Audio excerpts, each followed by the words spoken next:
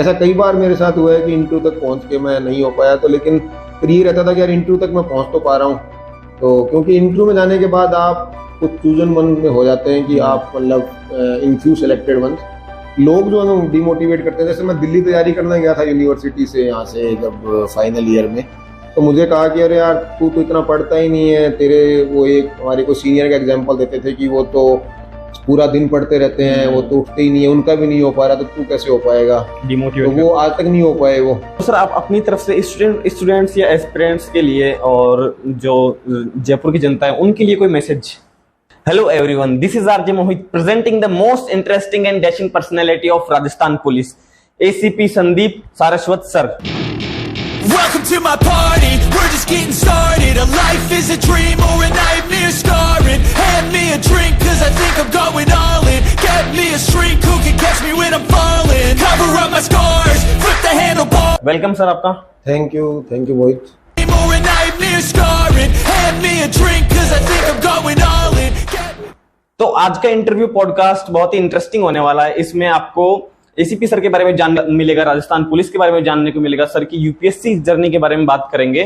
तो अभी तक आपने वीडियो को लाइक और चैनल को सब्सक्राइब नहीं किया है तो जल्दी से कर ले। तो वीडियो में आगे बढ़ते हैं सर के इंट्रोडक्शन के साथ, प्लीज सर। मेरा नाम संदीप सारस्वत है और मैं 2017 बैच का राजस्थान पुलिस सर्विस का ऑफिसर हूँ।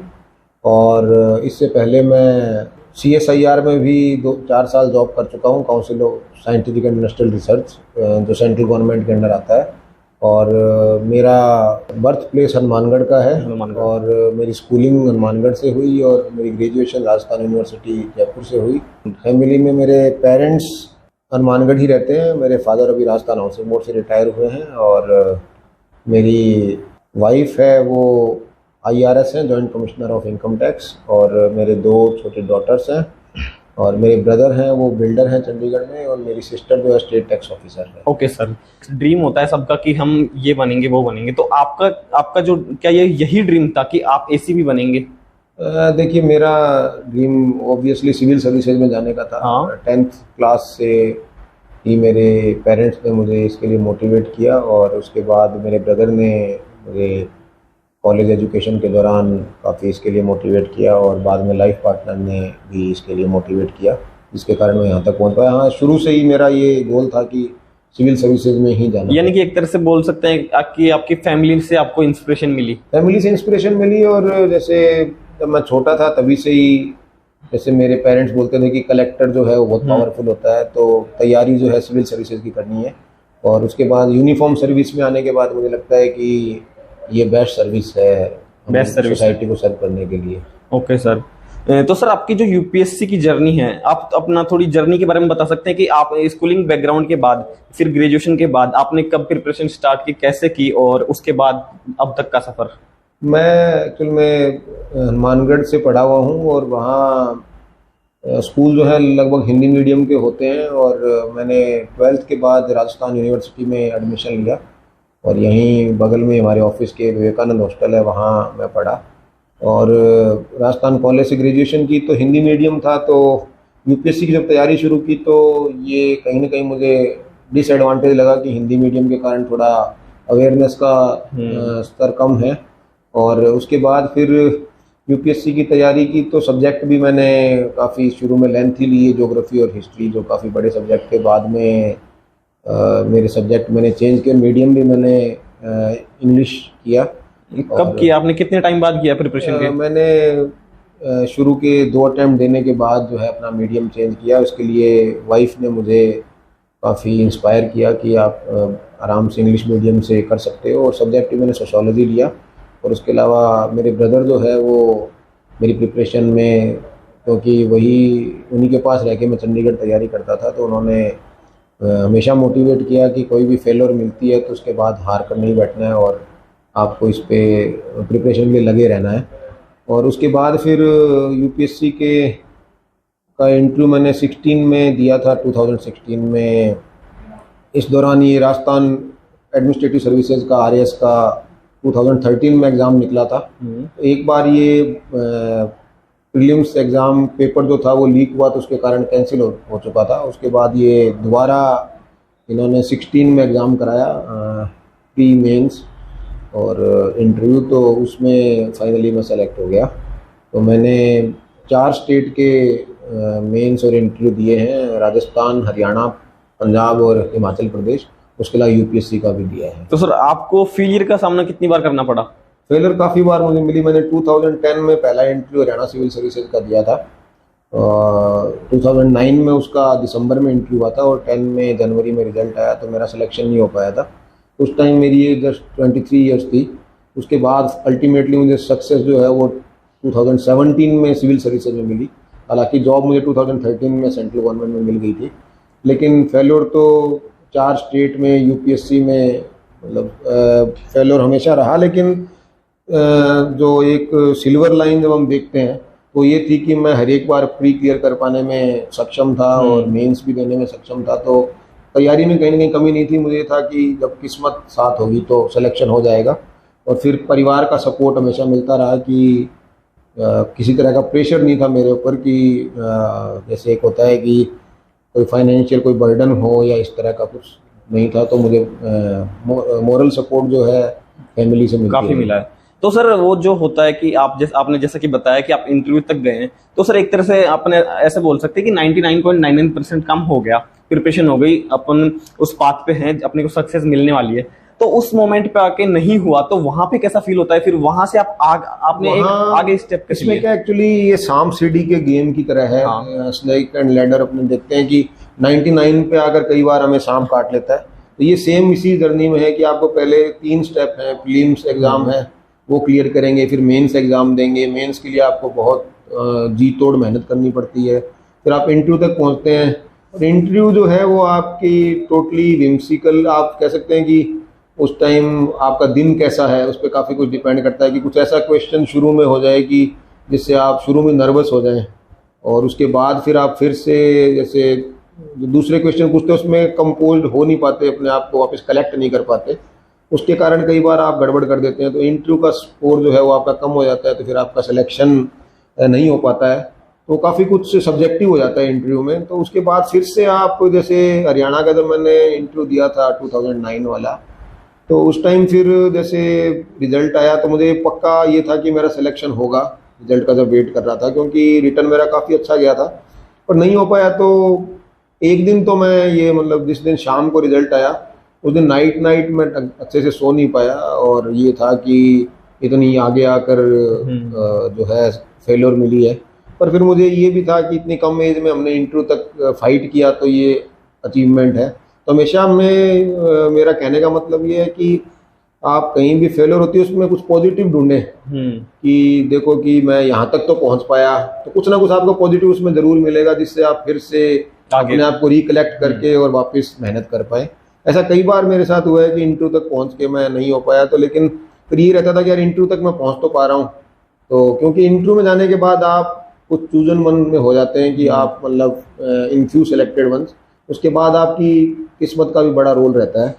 तो इसलिए कभी भी हार नहीं माननी है। और सर एक फैक्टर और होता है एज का, कि काफी एस्पिरेंट्स ऐसे होते हैं कि उनको 21 की एज में सेलेक्ट हो जाते हैं, कुछ होते हैं कि 26, 7, 8 तक चलता है। तो सर वो एज फैक्टर वो भी एक ऐसा होता है कि किसी का जल्दी हो गया, किसी का बाद में हो गया, तो वहां पर भी एक वो होता है कि हम डिमोटिवेट हो जाते हैं। बिल्कुल। इस संबंध में मैं ये जो भी आपके व्यूअर्स हैं उनको बोलना चाहूँगा कि सबका एक टाइम जोन होता है। मेरे एक IAS ऑफिसर है पंजाब में, बेसिकली वो राजस्थान से ही हैं। तो उनसे मैंने एक बार कहा कि सर मेरा सिलेक्शन जो है वो बहुत लेट एज में जाके हुआ, अराउंड 29, इसमें सिविल सर्विसेज में, और कुछ लोग बहुत जल्दी सेलेक्ट हो जाते हैं। तो उन्होंने बताया था कि सबका अपना एक टाइम जोन आता है, सबका एक टाइम आता है कि कई बार क्या हमें सक्सेस बहुत जल्दी मिल जाती है, कई बार बहुत लेट मिलती है, उसके लिए मेहनत करते रहें। इसको एक तरह से ऐसे बोल सकते हैं कि किस्मत तभी काम करती है जब आप उसके लिए प्रिपेयर होते हैं। बिल्कुल। परसिस्टेंस जो है वो बड़ा मैटर करती है। परसिस्टेंस का मतलब है कि ढीठ होना है, हमें कान अपने बंद रखने हैं और आंखें खुली रखने, अपने टारगेट पे फोकस्ड रहना है। तो कई बार क्या है कि लोग जो है डिमोटिवेट करते हैं। जैसे मैं दिल्ली तैयारी करने गया था यूनिवर्सिटी से, यहाँ से जब फाइनल ईयर में, तो मुझे कहा कि अरे यार तू तो इतना पढ़ता ही नहीं है, तेरे वो एक हमारे को सीनियर का एग्जाम्पल देते थे कि वो तो पूरा दिन पढ़ते रहते हैं, वो तो उठते ही नहीं है, उनका भी नहीं हो पा रहा, तो तू कैसे हो पाएगा? डिमोटिवेट। तो वो आज तक नहीं हो पाए, वो आज तक नहीं हो पाए। हाँ। तो लेकिन उस चीज़ को मैंने कभी भी जो है ना कि हम एक बार सचिन तेंदुलकर ने कहा था कि मुझ पर लोगों ने जो पत्थर फेंके उनको मैंने माइलस्टोन बना लिया। तो वही है कि हमें बहुत सारी चीज़ें सुननी पड़ती है नेगेटिव, कि आपकी वाइफ का सिलेक्शन हो चुका है, आप कहीं अभी मतलब सेंट्रल गवर्नमेंट की सर्विस में हैं जो अभी उतनी ऊपर नहीं है, बहुत कुछ सुनने को मिलता है। लेकिन उस चीज़ को पॉजिटिवली लेना है, उसमें ये देखना है कि इससे कहीं ना कहीं मोटिवेशन मिलता है। मोटिवेशन भी दो टाइप का है, पॉजिटिव और नेगेटिव। तो ये नेगेटिवली मोटिवेट करने वाले लोग ज़्यादा हेल्पफुल हैं आपके लिए, क्योंकि वो क्या है कि आपको सही आईना दिखाते रहते हैं और आपके अंदर एक आग भी बनाए रखते हैं कि हाँ कि आपको कुछ करना है। तो दुष्यंत कुमार ने कहा ना, ये आग जलती रहनी चाहिए। तो सर आपने क्या स्ट्रेटेजी फॉलो की थी अपने सब्जेक्ट्स के लिए? बेसिकली आपको एक तो ये ध्यान रखना है कि जो अगर हम यूपीएससी की बात करें, यूपीएससी में आपके 4 जनरल स्टडीज के पेपर है, एक ऑप्शनल का पेपर है आपका, और उसके अलावा एसए है। तो आपको बेसिकली सब्जेक्ट एक ऐसा चूज करना है कि आप जनरल स्टडीज को भी टाइम दे पाएं। ये मैंने गलती की शुरू में कि मैंने ज्योग्राफी हिस्ट्री दोनों इतने बल्कि सब्जेक्ट लिए कि जिससे मैं जीएस पे इतना फोकस नहीं कर पाया, और 2 साल और वो बहुत ज़्यादा, जैसे हिस्ट्री में उस टाइम 56 यूनिट थी, ज्योग्राफी में 50+ यूनिट थी। तो बाद में जब मैंने वाइफ को देखा तो जैसे सोशियोलॉजी में ओनली 23 यूनिट्स टोटल थी, तो मैंने ये पाया कि कहीं ना कहीं सब्जेक्ट का बहुत बड़ा रोल है। तो हमें सब्जेक्ट ऐसा लेना है कि जिसमें हमें पहली चीज़ तो याद रखनी है कि हमें स्कॉलर नहीं बनना, हमें सिविल सर्वेंट बनना है। तो मैं स्कॉलर बनने में रह गया पहले कि सारा सिलेबस जो है इतनी अच्छी अच्छी बुक्स ला के, जैसे मॉडर्न इंडिया की एक बुक आती है पेंडल मून, वो इतनी मोटी बुक है तो वो भी मैंने पढ़ ली। किसी ने कहा कि ये पढ़ लो। तो एक तो आपको स्मार्ट स्ट्रेटेजी रखनी है कि उतना ही पढ़ना है, कम पढ़ो, अच्छा पढ़ो, क्वांटिटी को कम करो और क्वालिटी को ध्यान दो। और दूसरा क्या है कि 10 बुक 2 बार पढ़ने की बजाय 2 बुक 10 बार पढ़ो, क्योंकि इसमें रिवीजन का बड़ा रोल रहता है। फिर सब्जेक्ट जैसे मैं प्रेफर करता हूँ कि जो साइंस बैकग्राउंड के आते हैं, आर्ट्स के हैं, सोशियोलॉजी है, एंथ्रोपोलॉजी है, ये सब्जेक्ट सेफ है, ये एवरग्रीन है। और ज्योग्राफी है, तो क्योंकि अब तो एक सब्जेक्ट लेना होता है, तो ऐसा सब्जेक्ट लें कि आप जीएस पे फोकस कर पाएँ। फिर जीएस के जो पेपर्स हैं उसमें जैसे पेपर 1 है, हिस्ट्री को ज़्यादा कवर करता है, और पेपर 2 में हमारे ये पब्लिक एडमिनिस्ट्रेशन वगैरह कवर हो रहे हैं, पेपर 3 में इकोनॉमी है, पेपर 4 इंटीग्रिटी एथिक्स है। तो आपको जीएस की बुक्स जो है वो एक एक सिलेबस के हिसाब से आपको टॉपिक चूज करना है कि कहाँ से क्या पढ़ना है। तो बुक्स की जो है वो मैं आपको डिटेल में बता दूंगा मैंने क्या क्या पढ़ा, हमने अगर इसमें टाइम होगा हमारे पास। और बाकी एसे के लिए जो है आपको कोटेशंस याद करनी जरूरी है। कोटेशंस ऐसे बहुत स्कोरिंग होता है, 200 में से आपके जो है नंबर 154 इस तरह से आ सकते हैं। तो सर मेरे 154 थे। 154 से हाँ, तो 250 का था शायद उस टाइम ऐसे, तो काफ़ी अच्छा स्कोर माना जाता है। और उसमें क्या कोटेशंस आपको ज़्यादा पता होनी चाहिए। जैसे हमारे उस टाइम आया था जॉबलेस ग्रोथ, जो हमारी लिबरलाइजेशन, प्राइवेटाइजेशन, ग्लोबलाइजेशन हुआ 1991 में, तो उसमें जो है ये ग्रोथ तो हुई लेकिन वो जॉबलेस थी। तो मैंने जो कोटेशन जिसे स्टार्ट किया वो ये लिखा कि डेमोग्राफिक डिविडेंड, जो हमारी यंग पॉपुलेशन है उसको डेमोग्राफिक डिविडेंड बोलते हैं, जो वर्किंग पॉपुलेशन है। तो इंडिया डेमोग्राफिक डिविडेंड में सबसे ऊपर है। तो हमारी जो 18 to 60 ईयर्स के बीच की पॉपुलेशन है वो बहुत ज़्यादा है, वर्किंग पॉपुलेशन इसको बोलते हैं। तो वो एक तरह का हमारे लिए लाभांश है, जनांकिकी लाभांश। तो demographic dividend if not provided with jobs is a demographic disaster. इस कोटेशन से मैंने शुरू किया, तो उससे क्या एक फ्लो बन जाता है। आपका ऐसे एक कहानी की तरह चलना चाहिए कि उसमें उसको ये ना लगे कि बीच में कहीं ब्रेक हो रहा है। जैसे हम एक अच्छी मूवी देखते हैं ना, तो हम देखते हैं कि वो मूवी देखते जाते हैं, जैसे द मैन मूवी आई थी, या इस तरह की फंस गए ओबामा है, इस तरह की मूवी जो आप मतलब लास्ट तक आपको ग्लू रखती है सीट से कि आपको उठना नहीं है, पूरा करना है इसको। इसी तरह आपका ऐसे है कि उसको जब आपका एग्जामिनर उसको पढ़े तो उसको लगे कि यार ये कितनी अच्छी इसने एक कहानी की तरह लिखा है। वो फ्लो जो है वो मेंटेन रहना चाहिए। और सर उस मॉक टेस्ट वगैरह आपने कैसे दिए और कब से देना स्टार्ट किए? मॉक टेस्ट उस टाइम मैंने विजन आईएएस का ज्वाइन किया था ऑनलाइन। बहुत मतलब मनी जो है वर्थ फॉर जो है वन मनी है कि आप जो है अच्छा कर पाते हैं।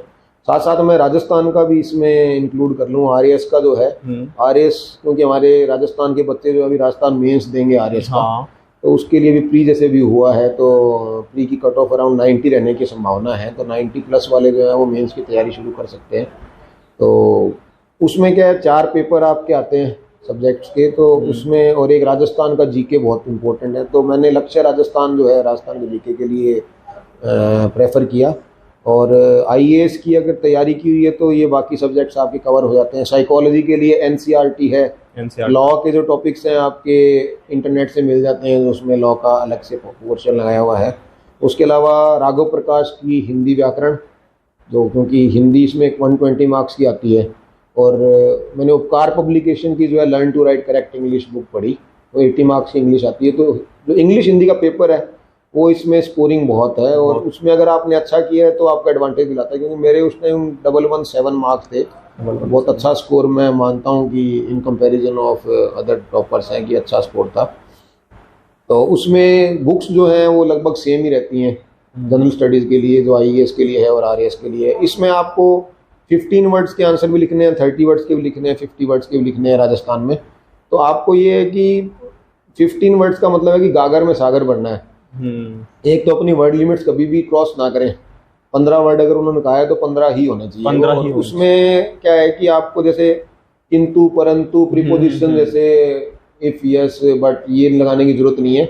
आप सिर्फ वो लिखो कि जैसे पूरा सेंटेंस लिखते हैं कि भारत की राजधानी दिल्ली है, तो आपको ये पूरा लिखने की जरूरत नहीं है भारत की राजधानी क्या है, तो नई दिल्ली। बस वो 2 वर्ड्स पे फोकस करो आप, जिससे क्या वर्ड लिमिट जो है आपकी क्रॉस ना हो। और सर आप बचपन से कैसे स्टूडेंट रहे हैं, ब्रिलियंट रहे हैं या फिर थोड़े बैकवर्ड? नहीं, मैं स्टडी में मैं अच्छा रहा। एक्चुअल में 7th क्लास तक तो ये था कि मैं पढ़ाई में अच्छा था, लेकिन खुद को कभी ऐसा ना रियलाइज नहीं होता कि हम बहुत इंटेलिजेंट हैं।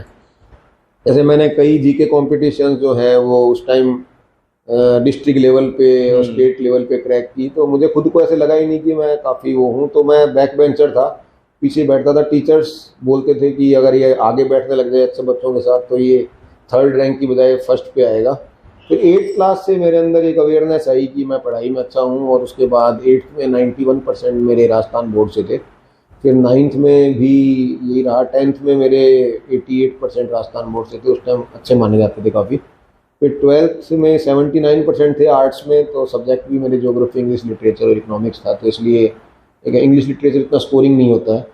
फिर कॉलेज में मैंने मतलब वो ये कि थोड़ा सा जैसे होता है ना कि आप राजस्थान कॉलेज में इतना मतलब आपको एडवांटेज यहाँ मिलता नहीं है कि एक तो मीडियम आपका हिंदी हो, फिर मैं मतलब एनी हाउ क्या एक घर से दूर आप रहने लग जाते हैं, तो उसके बाद थोड़ा सा पढ़ाई में भी आपका डिस्टर्बेंस होता है। इसलिए एवरेज 65% से मैंने ग्रेजुएशन की, फिर उसके बाद अपनी तैयारी शुरू कर दी। तो सर और आपका फ्रेंड सर्कल कैसा था? आप जैसे आप एक एस्पिरेंट थे, तो आपके फ्रेंड्स भी एस्पिरेंट ही थे या फिर वो भी और बिल्कुल कुछ कर रहे थे? आपको आपकी कंपनी जो है वो company makes the man, company breaks the man. तो आपको कंपनी बड़ी अच्छी रखनी है। आपको ये देखना है कि जैसे स्कूल में मैं बताऊं कि मेरे साथ जो लड़के पढ़ते थे वो 1st ईयर में मैंने जब सबसे रिक्वेस्ट की कि यार जयपुर चलते हैं स्टडी करने, तो उन्होंने सबने मना किया कि नहीं यार हम तो यहीं रहेंगे। तो आपको किसी के लिए रुकना नहीं है। आपको ये ध्यान रखना है कि आपको अगर टारगेट एकला चालो रहे हो बोलते हैं ना, हाँ, अकेले तो आपको अकेले ही मतलब आपको जो है कारवां अपने आप बनता रहेगा। ठीक है कि वो अकेले ही चला था, वो क्या बोलते हैं मंजिल की तरफ वो कारवां बनता गया, वो लोग मिलते रहे। तो वो ये कि आपको जो है प्रिपरेशन अगर करनी है तो आपको ये नहीं देखना कि ये फलाना करेगा तो ही करूँगा। फ्रेंड्स ठीक है आपके स्ट्रेस बस्ट करने के लिए हैं और आपको एक कंपनी देने के लिए, लेकिन आपको अपना टारगेट तो अकेले अचीव करना है। तो मेरे साथ जितने भी प्रिपरेशन मैंने चंडीगढ़ से की, तो जितने भी कर रहे थे उसमें से ऑलमोस्ट 50 to 60% कहीं ना कहीं अच्छी जॉब्स में सिलेक्टेड है। कईयों के जैसे एक तो प्लान बी जिनके पास होता है वो फिर प्लान ए पे वर्क नहीं कर पाते। मुझसे जैसे कोई पूछे what is your plan B, तो मैं यही बोलता था कि my plan B is my plan A only. तो इसलिए क्या है कि जिन्होंने इसी पे फोकस किया वो तो सेलेक्ट हो पाए। हमारे साथ के कई हैं आईएएस हैं। तो आपने कभी प्लान बी के बारे में सोचा भी नहीं? मेरा तो क्या है, मैंने बीए ही की, उसके अलावा पढ़ाई नहीं की। तो राजस्थान कॉलेज में जब मैंने ग्रेजुएशन की तो मैं कहते हुए दुख होता है, लेकिन यहाँ का जैसे मैंने एजुकेशन सिस्टम देखा तो ये पता चला कि ये जैसे क्लासेस वगैरह टाइम पे नहीं हो रही हैं, स्टूडेंट्स जाना भी नहीं चाहते, फिर टीचर्स भी ये देखते हैं कि नहीं जाना, मतलब पढ़ाना ना पड़े। अगर हम ग्रीवांस अपना करते थे कहीं उसका रिड्रेसल नहीं होता। उसके बाद क्या मेरी आगे पढ़ने की इच्छा ही नहीं हुई कि ग्रेजुएशन कर ली, इट इज़ मतलब minimum eligibility for competitive exam. उसके बाद फिर मैंने तैयारी अपनी शुरू कर दी और कहीं भी एडमिशन ले लिया। तो ग्रेजुएशन के बाद से मैं अपनी प्रिपरेशन ही कर रहा हूँ। और सर आपका डेली रूटीन क्या होता था और आज के टाइम पे आपका डेली रूटीन क्या है, जब प्रिपरेशन किया आपने तब और अब? प्रिपरेशन करते टाइम तो सुबह जैसे उठना, मैं अर्ली राइजर रहा हूँ, जल्दी उठता था। और उसके बाद सुबह जैसे लगभग 6 साढ़े 6 उठ के और अपने डेली रूटीन के वर्क करके उसके बाद न्यूज़पेपर पढ़ना अच्छे से। हिंदी इंग्लिश? न्यूज़पेपर मैं इंग्लिश और हिंदी दोनों का ही कॉम्बिनेशन बताऊंगा। जैसे एक तो जैसे हिंदी मीडियम के जो स्टूडेंट हैं वो इसकी दैनिक भास्कर की ऐप जरूर डाउनलोड करें। उसमें बहुत कुछ मटेरियल, जैसे अभी हमास के बारे में सब कुछ आया कि हमास कैसे बना, तो करंट अफेयर से आपका बहुत जरूरी अवेयरनेस होना। जैसे अभी हमास का फैक्ट जैसे लंबे टाइम बाद जैसे मैंने खुद पढ़ा अभी, तो इसमें दिया हुआ था कि इसको इजराइल ने ही बनवाया था। तो ये बड़ा ही एक इंटरेस्टिंग फैक्ट है। तो ऐसी चीज़ें हमें पता होनी चाहिए कि कहाँ क्यों हो रहा है वर्ल्ड में। तो एक तो हिंदी के लिए तो दैनिक भास्कर, और इंग्लिश के लिए इंडियन एक्सप्रेस और द हिंदू, इनमें से कोई भी एक आप प्रेफर कर सकते हैं। इंडियन एक्सप्रेस में एक एक्सप्लेन करके कॉलम आता है, तो उसमें कोई भी इवेंट है उसको वाई एंड हाउ के फॉर्म में समझाया होता है, क्वेश्चन आंसर फॉर्म में। तो वो पेज बहुत अच्छा है। तो न्यूज़पेपर जैसे मैंने सिनॉप्सिस अपनी खुद की तैयार करता था मैं, और सिनॉप्सिस बनाने के बाद उसके बाद ब्रेकफास्ट वगैरह करके उसके बाद अपने सब्जेक्ट जो भी जनरल स्टडीज है वो पढ़ने बैठ जाना। उसके बाद फिर दोपहर में लंच वगैरह करके और घंटे 1.5 घंटे रेस्ट करना, फिर लगभग 1.5-2 घंटे पढ़ के उसके बाद पार्क जाना 1 घंटे के लिए कि एक्सरसाइज वगैरह करने या मतलब थोड़ा वॉक करने। वो बहुत जरूरी है आपके लिए, क्योंकि आप क्या है कि ह्यूमन ब्रेन जो है उसकी भी एक कैपेसिटी होती है, उससे ऊपर आप उसमें ग्रेस्पिंग पावर नहीं होती। आप कहें कि मैं 12 घंटे पढ़ रहा हूँ, 13 घंटे पढ़ रहा हूँ, लेकिन उसमें जो आप ग्रहण कर रहे हैं दिमाग में, जो आपको याद रह रहा है वो 3 से 4 घंटे वाला ही रह रहा है। इससे बढ़िया है कि आप टाइम जो है वो 7-8 घंटे रखें अपना। आपने मैक्सिमम कितने आवर पढ़ा है सर? तो यही मतलब 8-9 घंटे में। कभी आपने खुद को पुश किया है आगे कि मैं आज, जैसे मैं भी आज 12 घंटे पढ़ता हूँ? पुश करते हैं, लेकिन उसमें फिर क्या है, ब्रेन आपका बिल्कुल लॉक हो जाता है। और फिर दूसरा क्या है कि रिवीजन के लिए टाइम निकालना बहुत जरूरी है। मेरा ये है कि आप 5 दिन अगर पढ़ो तो छठे दिन उसको जितना 5 दिन में पढ़ा उसको रिवाइज करोगे तो ही आपको बेनिफिट है।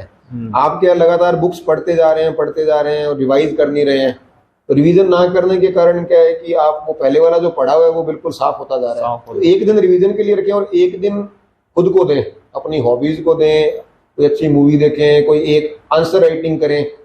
जैसे आप संडे को थोड़ा सा अपने खुद को टाइम दें कि बढ़िया आपने कोई मूवी देखी है, कोई मोटिवेशनल देख ली, कोई बुक पढ़ ली, वैसे ही कोई फिक्शनल पढ़ ली। उसके अलावा जो है कम से कम 300-400 वर्ड्स का कोई आंसर लिखें, कोई एस्से लिख लें। 2 घंटे कम से कम राइटिंग प्रैक्टिस करें। क्योंकि देखिए कि एक पढ़ाई करना और एक उसको पेपर में प्रेजेंट करना दोनों अलग अलग चीजें, दोनों अलग अलग बात। तो प्रेजेंट आप नहीं कर पाएंगे, उसको क्या पता आपने क्या पढ़ा है एग्जामिनर को, वो तो यही करेगा ना कि जो आपने लिखा है वही उसके लिए पढ़ा हुआ है।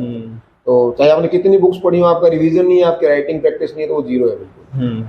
और सर एज ए एसीपी आपकी क्या क्या रेस्पॉन्सिबिलिटीज हैं? देखिए पुलिस में हमें एक तो प्रिविलेज्ड है हम कि इस पुलिस सर्विस जो इस यूनिफॉर्म की सर्विस में है। आप देखिए कि अशोक स्तंभ को जो है हम अपनी कैप पे धारण करते हैं। तो अशोक स्तंभ को कैप पे धारण करना ये स्टेट का एक सिंबल है, एम्बलम हमारा। इसको ये हमारे लिए अपने आप में एक बड़ा प्रिविलेज है। और इसमें जैसे आपको आंसू पहुंचने का मौका मिलता है गरीब के, कि आप सबसे पहले जो इंस्टेंट जस्टिस जो पुलिस, फर्स्ट जस्टिस पुलिस ही देती है। जैसे मेरे ऑफिस में अभी आप जब बैठे थे तो कोई परिवादी आया कि मेरी सिस्टर जो है वो अभी सफ़र कर रही है, तो इसमें हम उसको जो रिलीफ दे रहे हैं अभी इमीडिएट, वो पुलिस ही दे पाती है। तो ये जो है इसमें रूटीन जो है आपका काफ़ी टफ रहता है, क्योंकि आपको कोई दिन रात नहीं देखना है। कभी भी क्राइम कभी भी हो सकता है। क्राइम ऑफिस टाइम में नहीं होगा, बल्कि ऑफिस टाइम के बाद ही होता है। तो पुलिसिंग जो है वो सिटी में तो बिल्कुल नाइट की आपको एक्टिव रहना पड़ता है। और पूरा दिन जो है आप जैसे ऑफिस वर्क भी है, फिर आपको थाने की मॉनिटरिंग भी करनी है, सुपरविजन करना है, अपने सबऑर्डिनेट्स के साथ अच्छे रिलेशन रखने हैं, आपको अपने सुपरऑर्डिनेट्स की सारी जो है जो उनके काम असाइन किए हुए उनको पूरा करना है, फिर मीडिया को भी मैनेज करना है, पब्लिक को मैनेज करना है, पॉलिटिशियंस भी एक पिलर है जो जनप्रतिनिधि हैं, उनको भी आपको साथ लेके चलना है। तो काफ़ी आपके लिए रिस्पॉन्सिबिलिटीज़ हैं। तो सर इतने बिजी शेड्यूल के अंदर आपकी पर्सनल लाइफ थोड़ी इफेक्ट होती है, आप फैमिली को टाइम देते हैं? फैमिली को जितना टाइम एक्स्ट्रा मिलता है वो फैमिली के लिए ही है, और मोस्टली टाइम जॉब थोड़ा सा आपको बैलेंस करके, तो वर्क लाइफ बैलेंस बहुत जरूरी है। और फैमिलीज में आपकी सपोर्टिव हो तो ही काम चलता है, अदरवाइज तो क्या है कि इसमें आप फैमिली को साथ लेके चलने के लिए तो थोड़ा वो सफर तो करना ही पड़ता है बाकी सर्विसेज के मुकाबले, लेकिन मैनेज हो जाता है। और सर एज ए एसीपी आपकी जैसे रेस्पॉन्सिबिलिटीज है, वैसे गवर्नमेंट के थ्रू आपको क्या क्या फैसिलिटीज मिलती है? फैसिलिटीज़ हमें गवर्नमेंट से अच्छा ऑफिस मिलता है, अच्छी गाड़ी मिलती है, हमारे साथ 2 स्टाफ्स हमेशा रहता है, एक ड्राइवर और एक हमारे जो गनमैन होते हैं वो साथ रहते हैं। उसके अलावा जो है थानों की मॉनिटरिंग करते हैं, तो और उसके अलावा कुछ इन्वेस्टिगेशंस जो हैं वो डिप्टी एसपी लेवल पे ही, एसीपी लेवल पे ही इन्वेस्टिगेट हो पाते हैं, क्योंकि सरकार का जो है वो उसमें रूल्स बनाए हुए हैं कि जैसे मान लीजिए कोई स्पेशल एक्ट्स बनाए हुए हैं तो उनकी एक इन्वेस्टिगेशन हम ही कर पाते हैं। पर यही है कि greater powers come with greater responsibilities. और सर आपको कोई ऐसा केस याद है जो आपने सॉल्व किया हो और वो सॉल्व करने के बाद आपको ऐसा लगा हो कि हाँ ये सॉल्व कर हमने किया है, हमारी टीम ने किया है और हमें बहुत प्राउड फील होता है? मैं जब ट्रेनिंग में था तो एक चोरी हुई थी। मैंने कोतवाली में 1 जनवरी 2019 को ज्वाइन किया था एज प्रोबेशनर, इसमें छोटी चौपड़ पर। तो उसके बाद फिर मुझे इंडिपेंडेंट चार्ज लगभग 20 जनवरी के अराउंड मिला इसका एसएचओ का, क्योंकि हमें 2-2 महीने जो है ट्रेनिंग के दौरान एसएचओ रहना होता है, अर्बन थाना और रूरल थाना। तो वहाँ लगातार चोरियां हो रही थी और मेरे आने से पहले से ही हो रही थी, तो लगभग मेरे आने तक 12-13 चोरियां हो चुकी थी। बड़ी जैसे किसी का 1 लाख रुपया चला गया, किसी का 70,000 चला गया, इस तरह से। तो उसमें फिर जब मैंने चार्ज लिया तो उस टाइम 2 चोरियां हुई छोटी छोटी। उसके बाद एक बड़ी चोरी हुई। तो बड़ी चोरी हुई वो पन्नालाल जड़िया ज्वेलर्स थे, उनके वहाँ हुई चौड़ा रास्ता में। तो 47 लाख रुपए का उनका सोना चांदी जो है वो चला गया उसमें। उसके बाद व्यापारियों में काफ़ी आक्रोश हुआ कि इतनी बड़ी चोरी हुई और पुलिस पहले की चोरियों को खोलने में नाकाम रही है। तो उसके बाद वो बड़ा चैलेंज था। हमारे डीसीपी मनोज कुमार जी थे जो अभी एसपी धौलपुर हैं। तो डीसीपी साहब, मैं जब ट्रेनिंग में था तो डीसीपी साहब ने काफ़ी मोटिवेट किया कि चोरी को तुम खोल सकते हो। तो हमने सीसीटीवी वहाँ देखने शुरू किए, तो वहाँ सीसीटीवी सारे ही बंद थे, क्योंकि वो रात को व्यापारी जो है उनको लगता है कि शॉर्ट सर्किट हो जाता है, उस टाइम ये लगता था उनको, तो वो बंद कर जाते थे। फिर एक ही सीसीटीवी में चालू मिला, तो उसके आगे उस जो थीफ था हमारे सस्पेक्ट, उसने अपनी स्कूटी खड़ी की और उस स्कूटी से हमने पूरी कड़ियाँ जोड़नी शुरू की कि स्कूटी किसके नाम है, किसने किसको बेची। लास्ट में हमने उस स्कूटी का ओनर देखा तो उसमें पवन मीणा नाम का एक पहले से जो हमारे मुकदमों में वांछित था, चोर था पहले से भी। हाँ, पहले मतलब उसने काफ़ी चोरियां की हुई थी। तो उसको फिर हमने डिटेन किया और उससे 47 लाख की पूरी रिकवरी करवाई।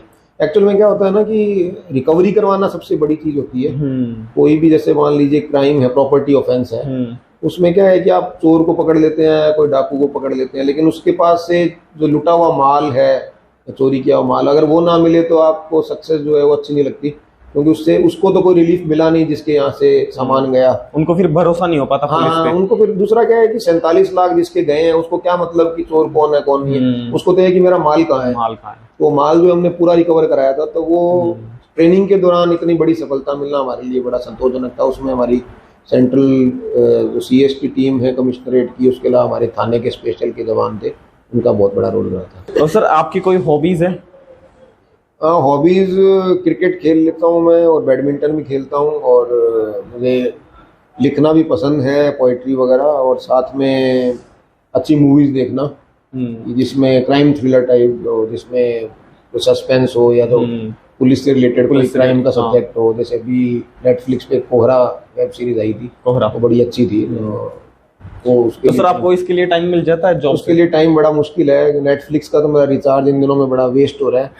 मैं अभी निवाई में पोस्टेड था तो वहाँ फिर भी मुझे टाइम मिल जाता था, यहाँ तो बहुत ही मुश्किल है मैनेज करना। लेकिन ये है कि ये भी एक पॉजिटिव इसमें ये है कि हमें इतनी अच्छी कैपिटल सिटी में काम करने का मौका मिल रहा है, इसमें अच्छे अच्छे लोग हमसे डेली मिलने आते हैं, जैसे अब आप आए हो, तो निवाई शायद आप नहीं आ पाते, यहाँ आए हो, तो यहाँ यही आपको है कि एडवांटेज है एक तरह का कि आप सिटी में जो है आपका काम दिखता भी है सबको, तो वही है कि आपके पास रिस्पॉन्सिबिलिटी ज़्यादा है तो पावर्स भी उसी तरह ज़्यादा ही है। Okay sir, thank you so much. और सर आप अपनी तरफ से स्टूडेंट्स या एस्पिरेंट्स के लिए और जो जयपुर की जनता है उनके लिए कोई मैसेज?